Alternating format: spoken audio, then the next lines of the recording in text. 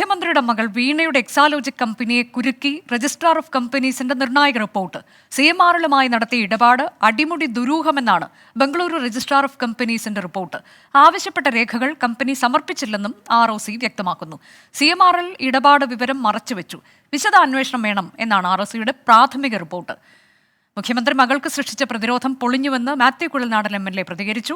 ഇടപാടുകളിൽ എക്സാലോജിക്ക് കൃത്യമായ മറുപടി നൽകാത്തതിനാലാണ് കേന്ദ്രം അന്വേഷണം പ്രഖ്യാപിച്ചത്. പിണറായി വിജയൻ കേന്ദ്ര സർക്കാരിന് മുന്നിൽ പഞ്ചപുച്ഛമടക്കി നിൽക്കുന്നുവെന്നും മാത്യു കുഴൽനാടൻ MLA പരിഹസിച്ചു. എക്സാലോജിക് കമ്പനി നടത്തിയിട്ടുള്ള ക്രമവിരുദ്ധമായ കാര്യങ്ങളെക്കുറിച്ച് ചോദിച്ചതിന് അതിന്റെ ഡയറക്ടർ എന്ന നിലയിൽ വീണ വിജയൻ ഒരു മറുപടിയും നൽകിയിട്ടില്ല, തൃപ്തികരമായ മറുപടിയും നൽകിയിട്ടില്ല എന്നതിന്റെ പശ്ചാത്തലത്തിലാണ് കമ്പനീസ് ആക്ട് 210 പ്രകാരമുള്ള ഒരു അന്വേഷണത്തിലേക്ക് കേന്ദ്ര സർക്കാർ നീങ്ങിയിരിക്കുന്നത്.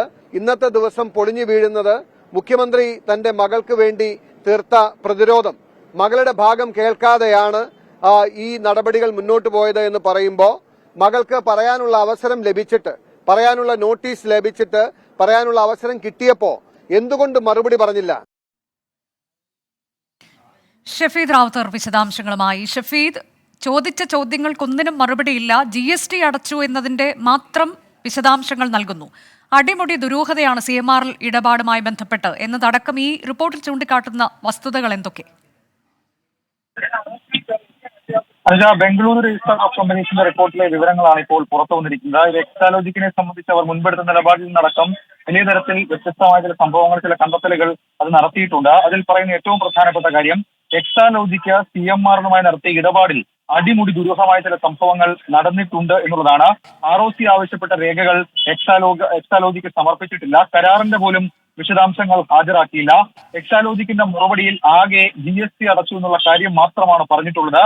തട്ടിപ്പും രേഖകളിൽ കൃത്രിമത്വവും കാണിച്ചു എന്നുള്ള കാര്യം കൂടി ഇതുമായി ബന്ധപ്പെട്ട് വ്യക്തമാക്കുന്നുണ്ട്. സെക്ഷൻ 447, 448 പ്രകാരം നടപടിയെടുക്കാമെന്നും റിപ്പോർട്ടിൽ ചൂണ്ടിക്കാണിക്കുന്നുണ്ട്. ഏതായാലും ഈ കമ്പനീസ് ആക്ട് 2013 സെക്ഷൻ 188 ലംഘനം ഇതുമായി ബന്ധപ്പെട്ട് നടന്നിട്ടുണ്ട്. അതായത് ഈ ഇടപാട് വിവരം CMRL മറച്ചുവെച്ചു, റിലേറ്റഡ് പാർട്ടിയുമായിട്ടുള്ള വിവരം ബോർഡിനെ അറിയിച്ചിട്ടില്ല, ഇതടക്കമുള്ള കാര്യങ്ങളും ROC റിപ്പോർട്ടിൽ പ്രതിപാദിക്കുന്നു. അതിന്റെ അടിസ്ഥാനത്തിൽ വിശദമായ അന്വേഷണം വേണമെന്നും ഇതിൽ പറയുന്നുണ്ട്. ഏതായാലും മാത്യു കുഴൽനാടൻ ഉൾപ്പെടെ ഇതുമായി ബന്ധപ്പെട്ട വിമർശനവുമായി ഇപ്പോൾ രംഗത്തെത്തിയിട്ടുണ്ട്. നിർണായകമായ വിവരങ്ങളാണ് ഇന്ന് പുറത്തു വന്നതെന്നും മുഖ്യമന്ത്രിയുടെ വാദങ്ങൾ പൊളിയുകയാണെന്നും എക്സാലോജിക്കിന്റെ ഇടപാടുകളിൽ കൃത്യമായ മറുപടി നൽകാത്തതിനാലാണ് കേന്ദ്ര സർക്കാർ അന്വേഷണം ആരംഭിച്ചതെന്നും മാത്യു കുഴൽനാടൻ കുറ്റപ്പെടുത്തി. കൂടാതെ വീണ വിജയൻ ഒളിപ്പിക്കാൻ ഉള്ളതുകൊണ്ടാണ് മറുപടി നൽകാതിരിക്കുന്നതെന്നും വിമർശനമുണ്ടായി. അനുജ.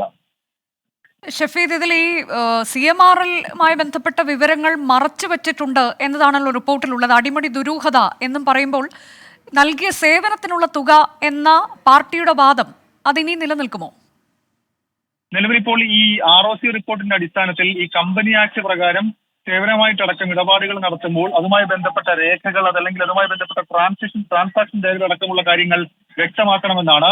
പക്ഷേ ഈ റിലേറ്റഡ് പാർട്ടിയുമായിട്ടുള്ള ഏതെങ്കിലും തരത്തിലുള്ള ഇടപാട് വിവരം അത് ബോർഡിനെ അറിയിച്ചിട്ടില്ല എന്നുള്ളതാണ് ROCയുടെ ഏറ്റവും പ്രധാനപ്പെട്ട ഇക്കാര്യത്തിലെ ആക്ഷേപം. ആ സാഹചര്യത്തിൽ വിശദമായ അന്വേഷണം വേണമെന്നും ഈ ROC റിപ്പോർട്ടിൽ ചൂണ്ടിക്കാണിക്കുന്നുണ്ട്.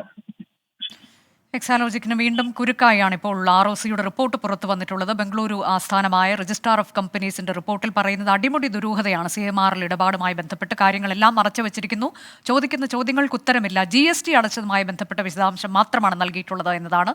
ഏതായാലും ഇതിൽ പ്രതികരണം മാത്യു കുഴൽനാടന്റെ ഭാഗത്തു നിന്നൊക്കെ വരുമ്പോൾ ഇനി എന്താണ് പാർട്ടിക്ക് ഇതേക്കുറിച്ച് പറയാനുള്ളത് എന്നതാണ് നിർണായകം.